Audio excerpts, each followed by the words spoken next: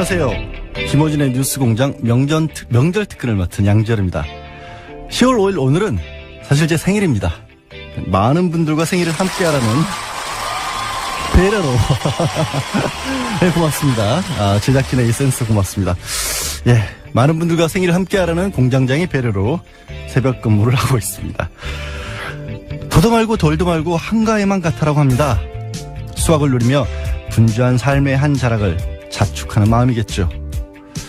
그렇지만 함께할 수 없는 분들도 참 많습니다.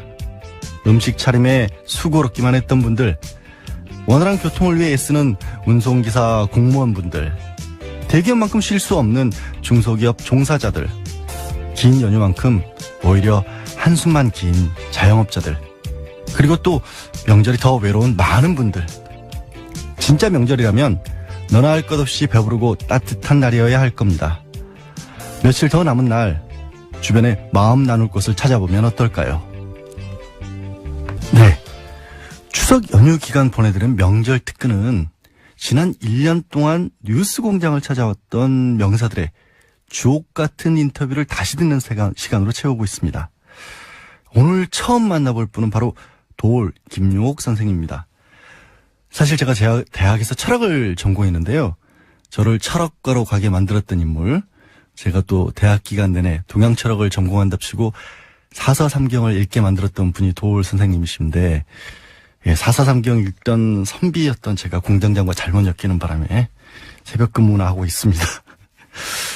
이 인터뷰는 국정농단 사태, 그러니까 촛불 집회가 한창이던 지난해 12월 진행했던 인터뷰인데요. 과연 역사는 훗날 박근혜 시대를 어떻게 기록할까라는 주제로 진행됐습니다. 다시 한번 들어보시겠습니다.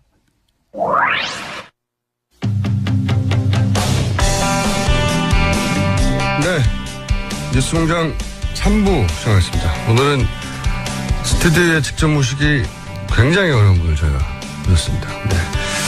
대한민국에서 가장 사랑받는 철학자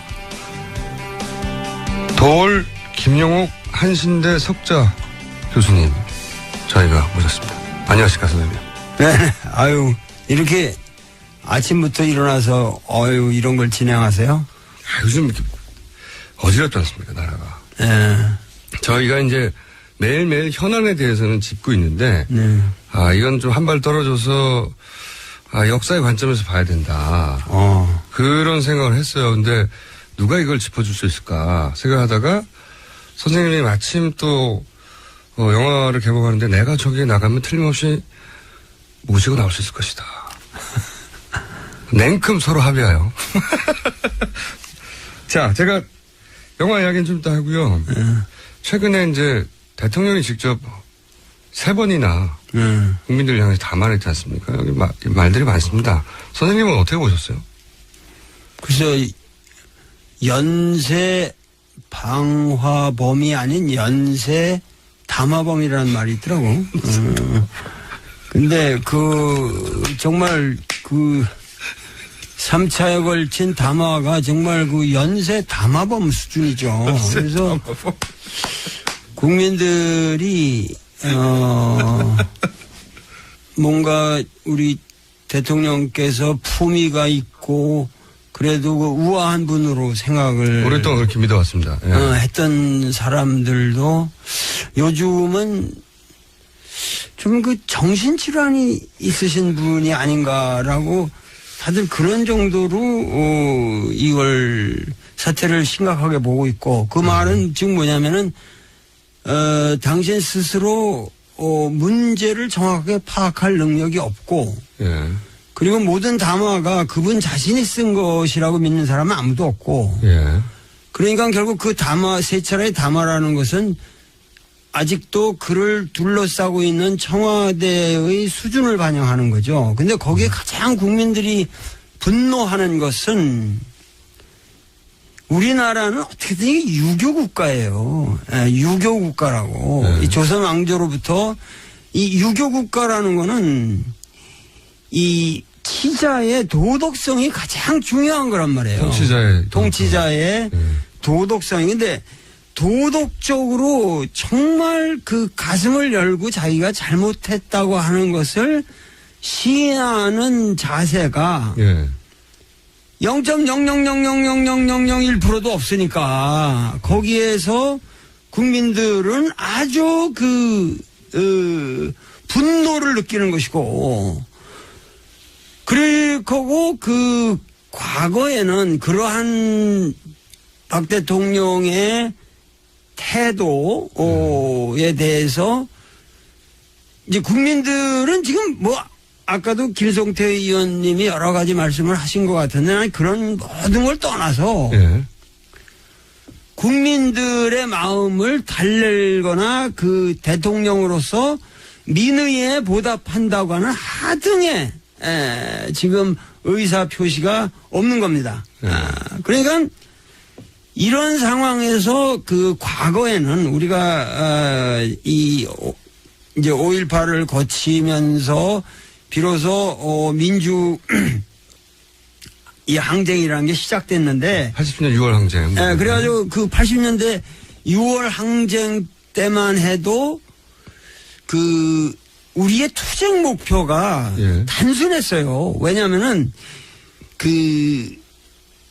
이 전두환이라는 분이 대통령이라는 직위에 앉아 있다는 것 자체가 그게 일종의 강탈이라고 그럴까? 국민들 느낌에 앉아서는 아니 될 자리에 앉아 있다고 봤단 말이에요. 그 자리가. 국민들이 뽑은 적도 없고. 예. 그러니까 뭐냐면 그 사람을 거기서 몰아낸다고 하는 그 자리가 그게 맞지 않는 사람이 앉아 있으므로 그런 사람을 그 자리에서 밀어낸다고 하는. 네. 그러니까 투쟁 목표가 단순하게 외제화돼 있었다고. 예. 근데 지금은 이것이 아주 국민 전체가 우리가 살아온 모든 제도가 이게 완전한 사기였다고 하는 자각이 생긴 거예요. 그렇죠. 속았다. 한마디로 말해서. 그렇고 과거와 전두환 때와는 달리 박근혜는 그래도 우리나라 헌정 질서를 통해서 국민 다수가 뽑았다. 네. 그래서 그 자리에다가 일단 우리는 그 정당성을 부여해줬다. 처음엔. 예. 처음에. 근데 그거를 배반했다 할 때 그 배반은 그 인간에 대한 배신감일 뿐만 아니라 국민들 개개인들이 전부가 스스로에 대한 배신감을 느끼고 있는 거예요, 지금. 내가 무슨 짓을 했는가. 그렇죠. 예. 그러니까 이것은 인류 역사상 불란서 혁명도 이런 식으로 진행된 건 아니거든요. 미국의 민주혁명도 이런 식으로 진행된 건 아니에요. 어떤 차이가 있는 거죠? 전부 외제화되어 있는 미국의 독립선언이라는 거는 영국 놈들이 부당하게 밖에서 우리를 찍어 누르니까 그거 걷어내고 우리가 스스로 자립하겠다 이런 얘기 아니야. 그러니까 영국 놈들이요. 예, 이거 전부가 외제화되어 있었어요. 싸울 대상이 밖에 있었던 거죠. 밖에 있었죠. 예. 근데 전 국민이 거의 100% 스스로와 투쟁을 해가면서 이 어려운 게임을 해나가고 있는 것은 인류 사상 유례가 없다. 과거에는 우리 뜻과 상관없는 사람들이 거기에 앉아 있었고, 혹은 영국, 미국 당시 식민지인들의 보기에는 영국 놈들이 싸울 대상이었고, 전두환 대통령은 우리가 뽑지 않은 사람이었는데, 이번에는 우리 손으로 뽑았는데, 우리가 속았고, 당했고, 내가 무슨 짓을 했는가, 여기에서 이게 큰 차이가 있다는 거죠. 여태까지 이승만으로부터 쭉 내려오는 사실 해방 후 우리나라 이 정치사라는 게 해방 전이라는 것은 일제 식민지였기 때문에 우리가 주권을 상실한 상태였잖아요. 그러니까 거기서 우리가 정치사를 논할 수는 없고 우리가 우리 스스로의 독립국가로서의 정치사를 가진 이래로 기본적으로는 이승만이라고 하는 사람은 우리가 스스로 뽑은 사람이 아니란 말이야, 그것도. 그건 미 군정화에서 자기들이 꼭두각시 같은 사람을 갖다 심은 거거든요, 일체로. 미국서 나 이승만이요 이러면서 들어왔으니까. 그랬어요? 나 이승만이요? 그러고 그냥 미국 방송 통해서 들어온 거예요, 그냥. 선생님 방금 성대모사 하신 겁니까? 순간적으로. 그런데, 예.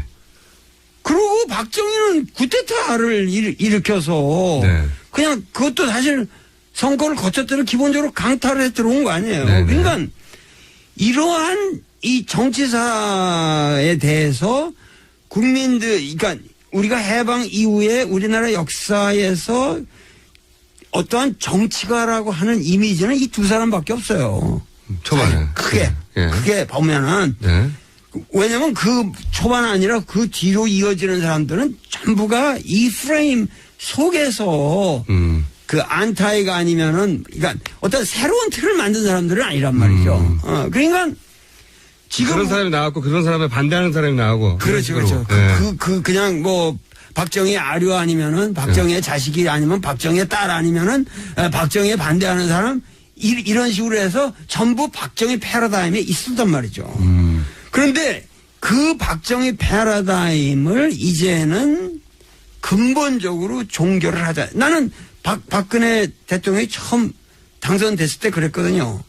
박근혜는 대통령에 당선되었지만 이 당선이라고 하는 것은 결국은 박정희 패러다임을 끝내는 당선이 될 것이다. 아, 마침표가 될 것이다. 네, 그렇게 그런 예언을 이미 하셨어요? 했어요, 내가. 조용히 혼자 하신 거 아니고요? 아니, 했어요. 그러니까, 그때만 봐도 예. 저 여자 수준으로 예. 도저히 그 아버지를 빛낼 수 있는 사람이 아니라 돼서 아버지도 뭐 그 문제가 많은 사람이지만 그 아버지조차도 그 아주 영락시킬 망해먹을 사람이다. 난 그렇게 봤죠. 그렇게 말씀하셨나요? 혹시 결과를 보고 지금 얹혀가시는 거 아니에요? 아니. 그건, 그런 정도야 충분히 볼 수 있죠. 왜냐면은 그것이 자라나온 배경이라든가 모든 사람 인상을 보거나 벌써 이렇게 사람이 이렇게 경직돼 있잖아요. 얼굴 자체가 항상 보면은 이 모든 게 이 정치라고 하는 것은 항상 이 대화와 항상 이 소통과 이 개방된 어떤 이 교섭에 의해서 이루어지는 건데 네. 저런 특이한 성격의 사람이 과연 어떻게 정치를 할 것인가 나는 상당히 회의적이었죠. 그러면 지금 대충 말씀하셨는데 우리 역사에서 박근혜 대통령이 지금 이렇게 국민들의 요구에서 점점 코너에 몰리고 결국은 어떤 방식으로든 이제 물러나게 될 것 같은데 그거를 정치권에서는 지금 막 뭐 여러 가지 논의를 하고 있는 와중이고 탄핵이다 아니면 뭐 협상을 하자 아니면 뭐 4월 어쩌고 저쩌고 등등등 절차와 기술적인 방법을 얘기하고 있지만 여하간 이렇게 해서 한 시대가 끝나는 건 우리 현대사에서 보면 박정희 패러다임의 마침표가 되는 정말. 겁니다. 정말이다. 예. 근데 이 사람은 지금 퇴진할 의사가 아무것도 없습니다. 그것도 0.0000001도 없는 거예요, 지금. 선생님 보시기에. 없는 거예요. 그러니까 지금 뭔가 이런 그 스테이트먼트를 담화를 만든 사람들이 예. 요런 꼼수로 나가면은 우리가 시간을 벌 수 있으니까 그러면서 개헌 논의도 집어넣고 뭐 하면서 하면 여기 분열도 생기고 이러다가 또 이 지저분해지는 꼴을 보면 국민들에게 염증도 생기고 이러다 보면은 우리가 또 살아날 길이 생깁니다. 그러니까 지금 대의가 없는 거예요, 도대체. 대의. 우리가 원하는 거는 개인적인 살아날 지금 방도를 얘기하는 것이 아니라 국민이 바라는 대의.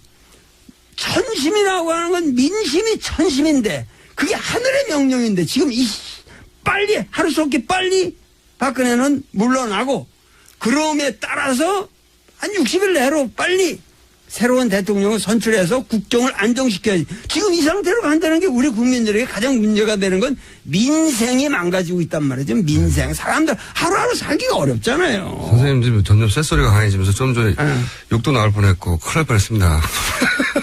생방송이니까 조심하겠습니다.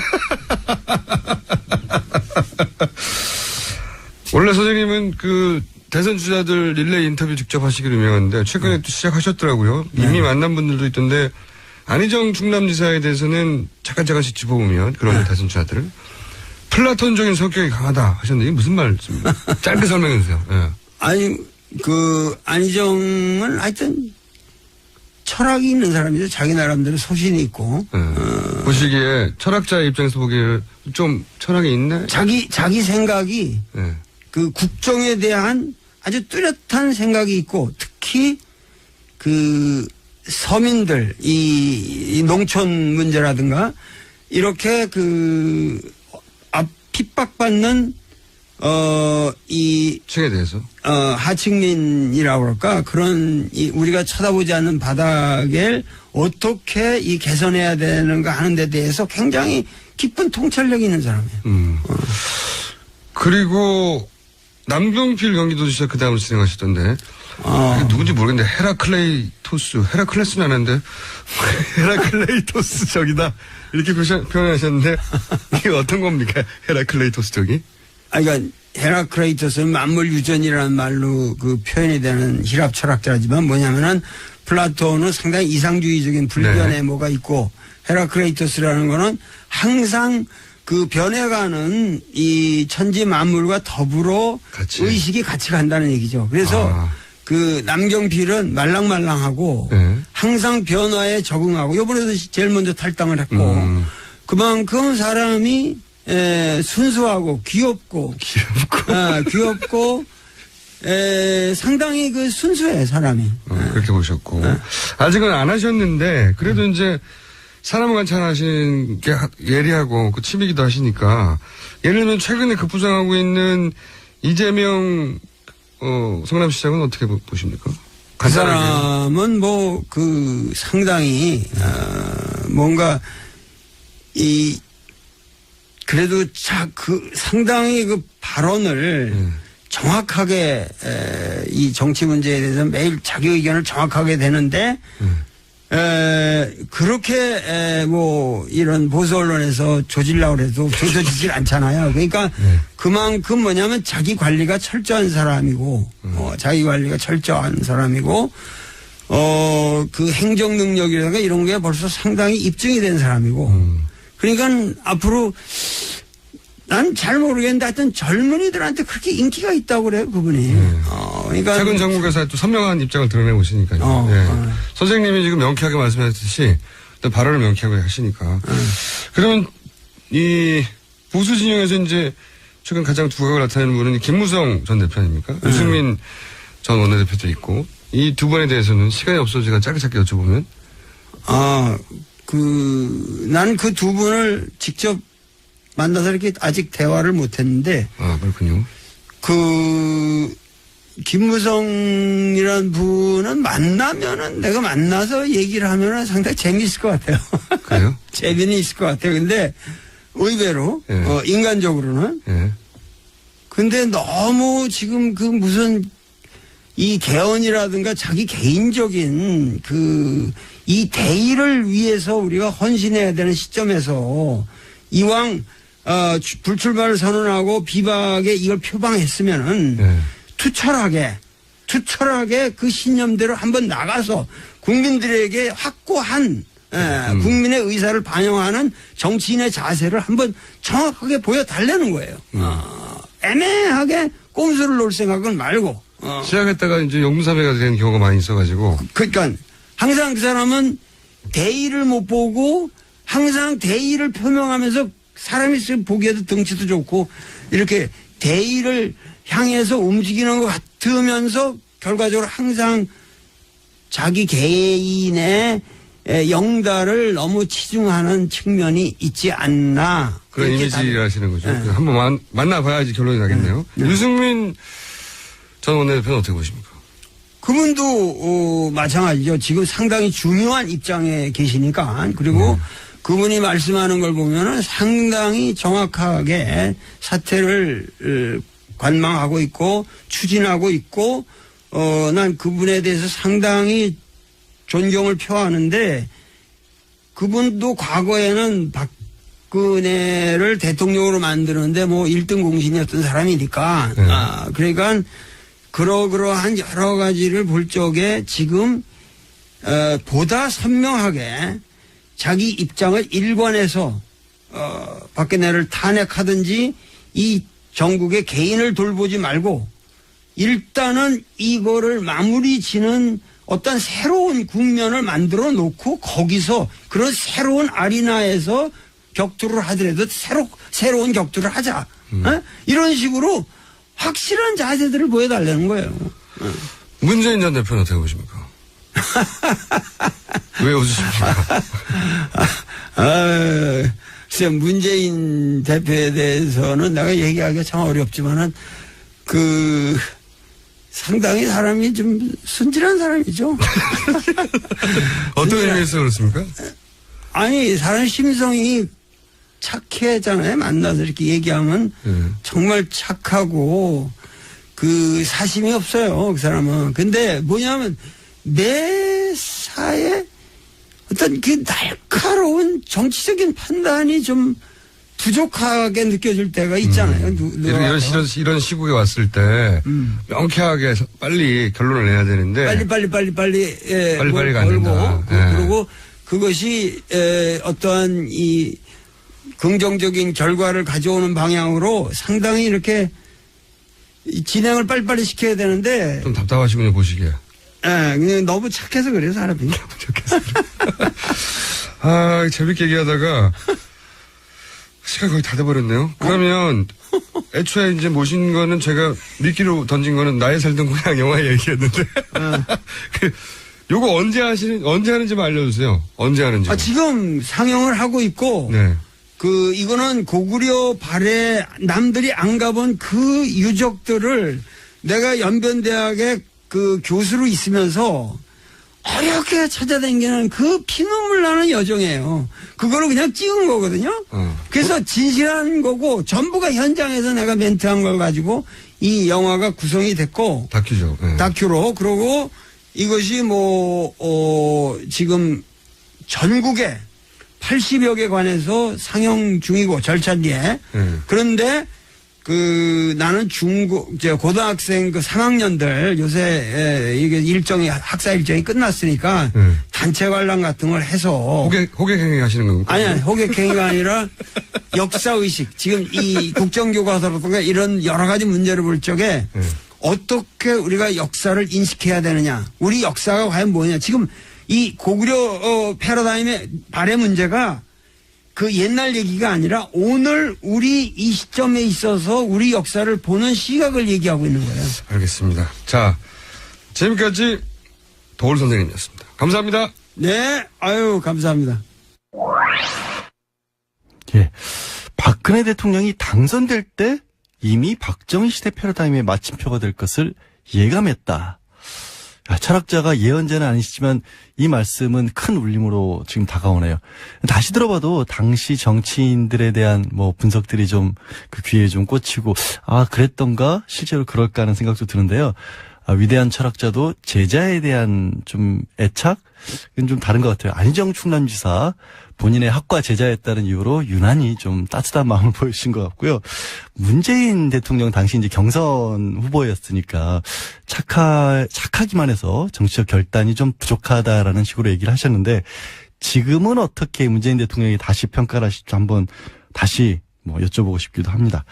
네, 도올 김용옥 선생님의 얘기처럼 역사가 훗날 박근혜 시대를 과연 어떻게 기록할지 조만간 어쩌면 판결이 나올 수도 있고요. 제가 생각했을 때는 판결이 조금 미뤄질 것 같기도 합니다. 박 전 대통령에 대한 판결이. 일단 판결 이후 박 전 대통령 시대 그리고 문재인 대통령 시대에서 다시 한번 말씀 들어봤으면 합니다.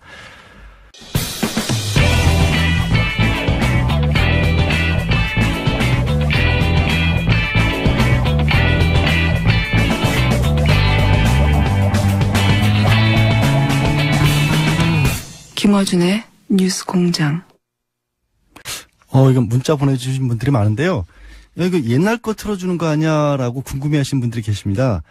추석 연휴를 맞아서 지난 1년 동안 했던 인터뷰들 중에서 명작들만을 엄선해서 다시 들려드리고 있는 겁니다. 원래 명절에는 주말의 명화 이런 거 있지 않습니까? 추억의 명화 이런 거 틀지 않습니까? 네. 김효녀님, 로마에서 자정에 듣고 계신다고요? 주소연님은 시드니에서 아침 9시에 출석 체크하셨다고 문자 보내주셨습니다. 세계로 뻗어나가는 뉴스 공장입니다.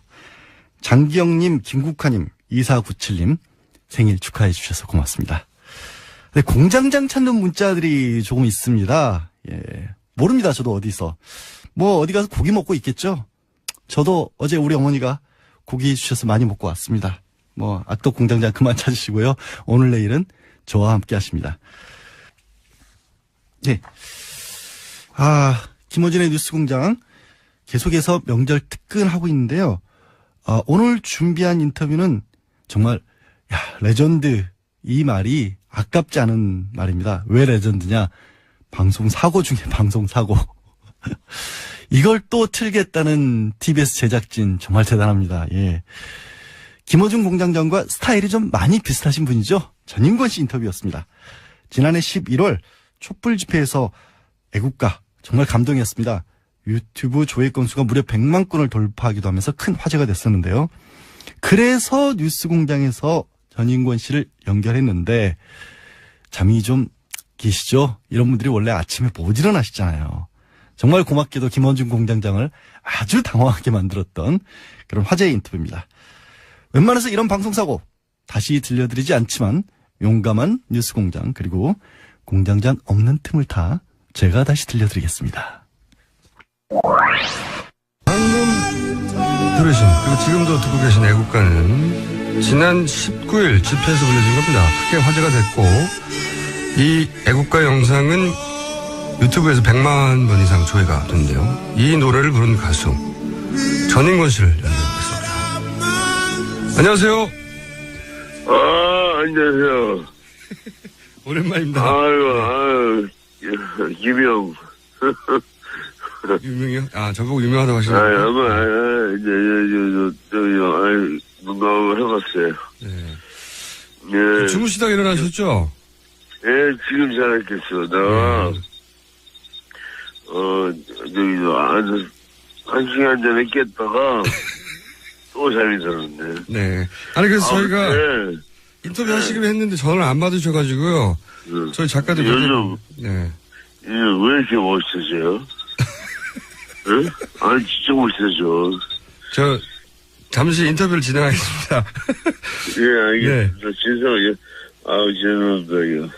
예. 주무시다가 원래 이렇게 새벽 작업을 하시고 아직 주무실 타이밍인데 제가 깨웠어요. 죄송합니다. 한동안 잠깐 새벽 작업하고 잠깐 잔다는 게 오늘 좀 알겠어요. 언제 공연이 하나 있어가지고. 공연이 있으셔가지고요. 예. 예. 예. 저도 발음이 세계로 유명한데 참 그 집회 때 말이죠. 그때 집회 때 예. 공연 워낙 많이 하셨지만 100만 명을 앞에 두고 공연하신 건 이번이 처음이시죠? 그렇죠. 네. 처음이죠. 100만 명 앞에 두고 무대 서니까 기분이 어떠셨어요? 좋았어요. 좀 설레고, 네. 내가 가수인가 보다. 이 올라온 거 보니까, 예. 가수인가 보다. 그런 생각을 했어요. 네. 저희가 너무 일찍 전화를 드렸네요. 그때 공연이 굉장히 감동적이었다고, 애국가가 이렇게 가슴을 울리는 노래인 줄 몰랐다고, 이런 얘기 많이 듣지 않으셨어요? 공연 후에? 예, 나도, 그런, 생각을 하면서 불렀어요. 그게 원래는 이제 세월호 때, 네. 그쪽 이제 무대 있을 때, 부르고 싶었는데, 네. 그때 못 불렀어요. 그래서 이번에 부르게 된 거예요. 네. 근데, 정말 그때 왠지 세월호 때 왠지 애국가를 부르고 싶었어요. 애국가를. 네. 애국가 한번, 정말 좀, 한번 크게 한번 부르고 싶었어요. 제가 이제 전인권 씨라고 불러야 되는데, 지금, 잠이 다 안 깨신 것 같아서, 예. 형님, 일어나시죠? 다 깼어, 다 하지, 진짜. 뭐든지 뭐든지. 네, 알겠습니다. 세월호 얘기하셨는데, 너와 나, 작년에 발표하신 거. 이게 세월호를 생각하시면 만든 노래죠. 예. 그리고 이번에 이제 그렇죠. 길가에 버려지다도 그렇고, 최근에 노무현 전 대통령 소재로 한 영화, 두 도시 이야기 오리지널 사운드 트랙도 하셨고, 쌍용 자동차, 강정마을 공연도 하시고, 이 나이를 드시면서 점점 이 사회 참여적인 활동을 많이 하시는데 혹시 이유가 있으세요? 나이가 먹으니까, 네. 그러니까, 책임감이 더 강해지고, 네. 그러니까 자꾸, 나쁜 생각은 좀 버리게 되고, 그리고 옳은 일을, 참여를 좀 하고 싶고, 그게 생겨요. 연습도 좀 많이 하고 싶어지고, 연습도 많이 아프시고, 예. 네, 60 넘어가면서부터 그렇게 되더라고. 진짜. 다시 들어도 왜 이렇게 재밌죠? 그 공장장이 허덕허덕 하는 게 왜 이렇게 고소한지 모르겠습니다. 근데, 예, 뉴스 공장이 공장장만으로 돌아가지 않는다는 걸 명확하게 보여주는 일이 벌어졌죠. 제작진이 이걸 더빙 버전을 준비했다는 겁니다. 예, 더빙 버전으로 들어보시면 무슨 말씀이신지 조금 이해가 가실 겁니다. 들어보시죠. 지난 집회 때 이제 애국가를 부르셔서 크게 화제가 됐던 전인권 씨를 저희가 지난 금요일에 인터뷰를 했어요. 근데 새벽 작업하시는 분인데 저희가 주무시는 시간에 깨워가지고 잠결 인터뷰가 됐거든요. 네. 안 그래도 많이 드린 분인데 제가 무슨 말을 들어도 당황을 안 하는 사람인데 일단 그 전제가 상대방 말을 알아들어야 되거든요. 네. 그래서 질문을 못 알아들으셨군요. 그때 당시 뭐라고 했는지 못 알아들었다는 분들이 많아서 저희가 네. AS로 그때 무슨 얘기 했는지를 잠시 정리해서 들려드리겠습니다. 전인권 씨를 안녕하세요. 안녕하세요. 원래 이렇게 새벽 작업을 하시고 아직 주무실 타이밍인데 제가 깨웠어요. 죄송합니다. 네, 새벽 작업하고. 제가 새벽 작업을 하고 잠깐 잔다는 게 어제 공연이 있어가지고. 공연이 있으셔가지고요. 예. 지금 잠이 다 안 깨신 것 같아서 형님 일어나시죠. 다 깼어, 다 알지. 깼습니다. 이제 진짜 뭐든지 물어보세요. 이 나이를 드시면서 점점 이 사회 참여적인 활동을 많이 하시는데 혹시 이유가 있으세요? 나이가 먹으니까. 네. 그러니까 나이를 먹으니까 책임감이 더 강해지고 옳은 일에 참여를 하고 싶더라고요. 좀 하고 싶고. 그런데 집회하실 때 이 박사모 활동하시는 분들이 혹시 때리면 그냥 맞아라. 중간에 이런 말씀하셨어요. 왜 그런 말씀하셨어요? 그래야지 그 친구들이 때리다. 그래야지 그 친구들이 우리가 때려도 가만인데 우리가 할 일이 없어지네 하고 생각하게 될 것 같았어요. 중요한 건 평화예요. 박사모와 싸우게 되면 계엄령 같은 그런 큰 일이 벌어지지 않을까 걱정도 되고. 알겠습니다. 오늘 여기까지 하고요. 저희가 다음에 한 번 더 모셔야 될 것 같습니다. 예. 우리말을 우리말로 더빙한 네. 방송 사상 최초의 사례로 앞으로 길이 남지 않겠는가. 그래서 다음에는 직접 스튜디오에 모시고 좀 더 또박또박한 목소리로 하기로. 네, 제가 정신을 빨리 차려야지. 다시 들어도 정말 명작입니다. 마치 뉴스공장에 인공지능이 나타난 그런 느낌이었어요. 예, 방송사고도 웃음으로 만들어주는 뉴스공장 제작진에 두고 제안합니다.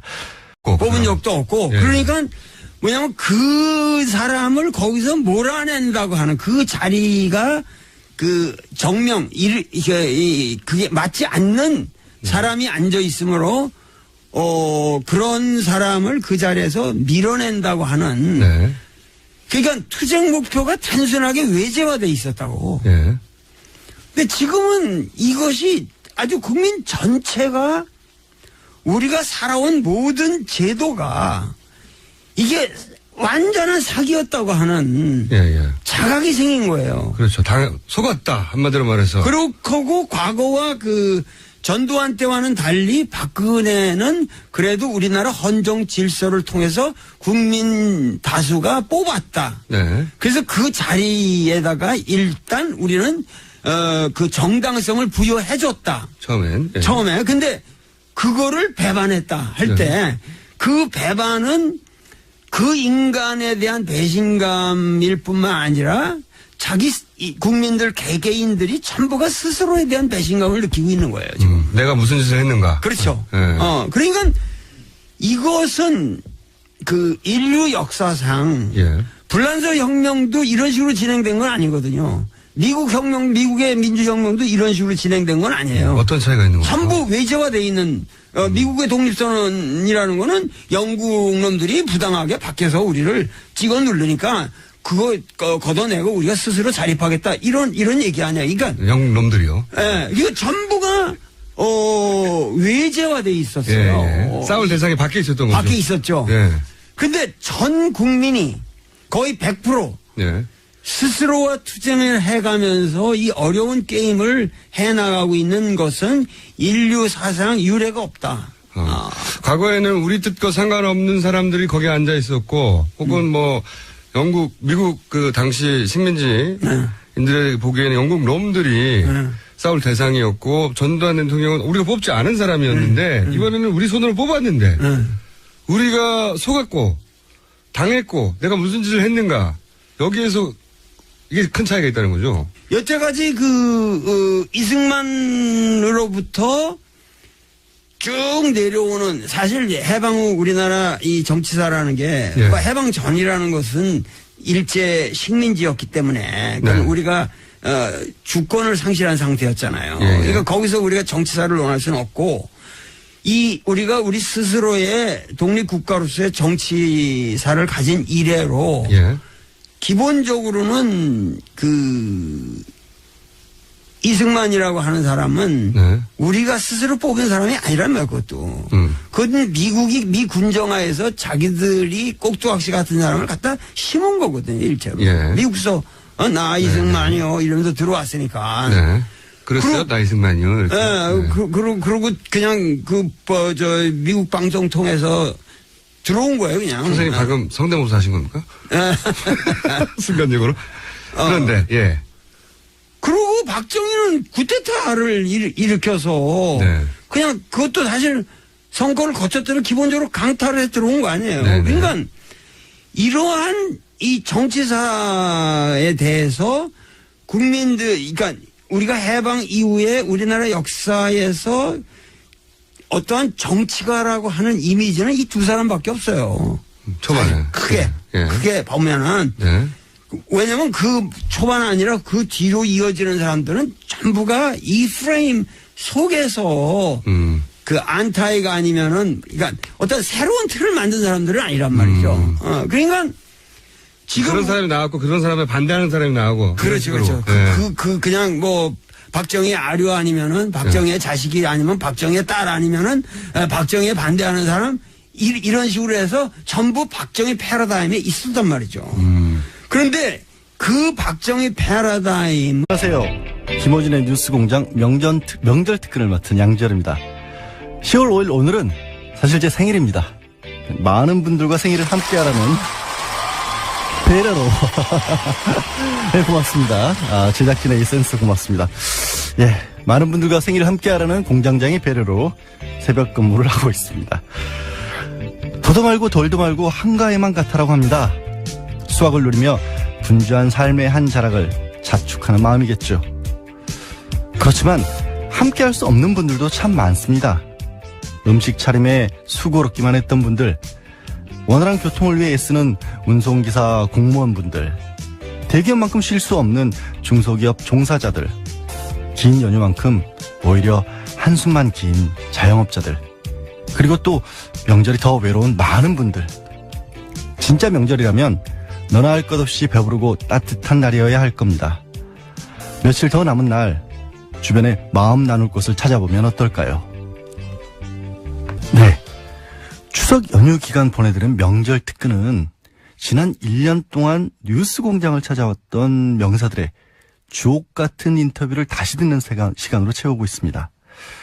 오늘 처음 만나볼 분은 바로 도올 김용옥 선생입니다. 사실 제가 대학에서 철학을 전공했는데요. 저를 철학과로 가게 만들었던 인물, 제가 또 대학 기간 내내 동양 철학을 전공한답시고 사사삼경을 읽게 만들었던 분이 도올 선생님이신데, 예, 사사삼경 읽던 선비였던 제가 공장장과 잘못 엮이는 바람에 새벽 근무나 하고 있습니다. 이 인터뷰는 국정농단 사태, 그러니까 촛불 집회가 한창이던 지난해 12월 진행했던 인터뷰인데요. 과연 역사는 훗날 박근혜 시대를 어떻게 기록할까라는 주제로 진행됐습니다. 다시 한번 들어보시겠습니다.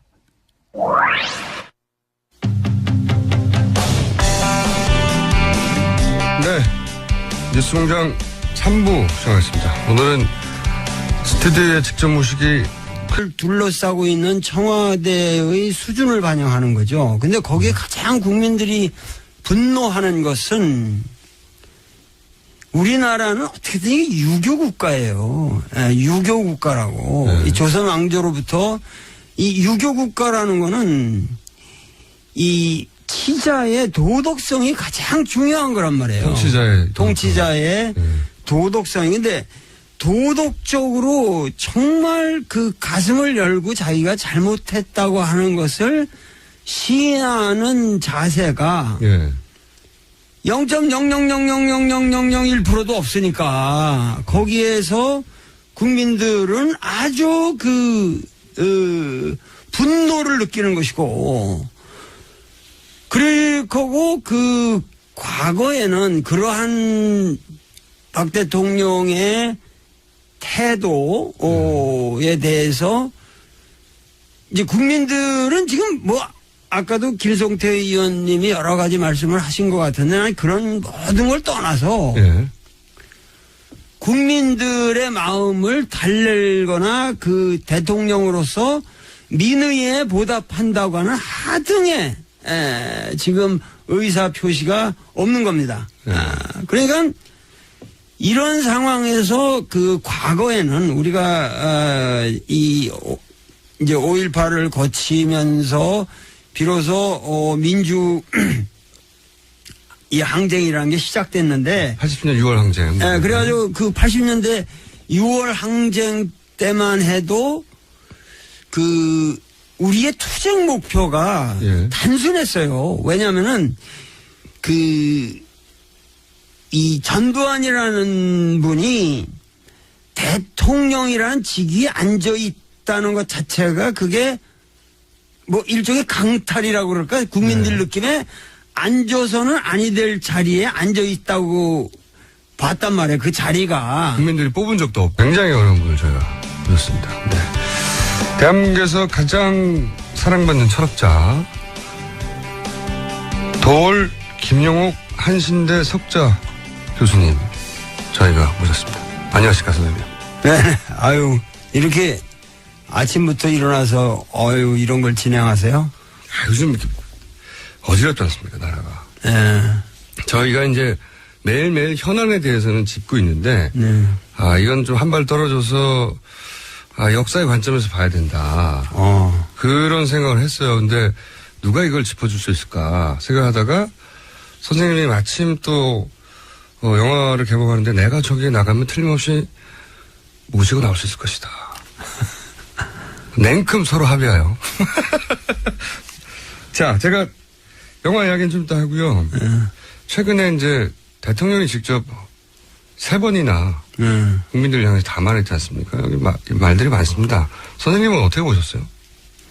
글쎄요, 연쇄 방화범이 아닌 연쇄 담화범이라는 말이 있더라고. 근데 정말 3차에 걸친 담화가 정말 연쇄 담화범 수준이죠. 그래서 국민들이 뭔가 우리 대통령께서 품위가 있고 그래도 우아한 분으로 생각을 오랫동안 그렇게 믿어왔습니다.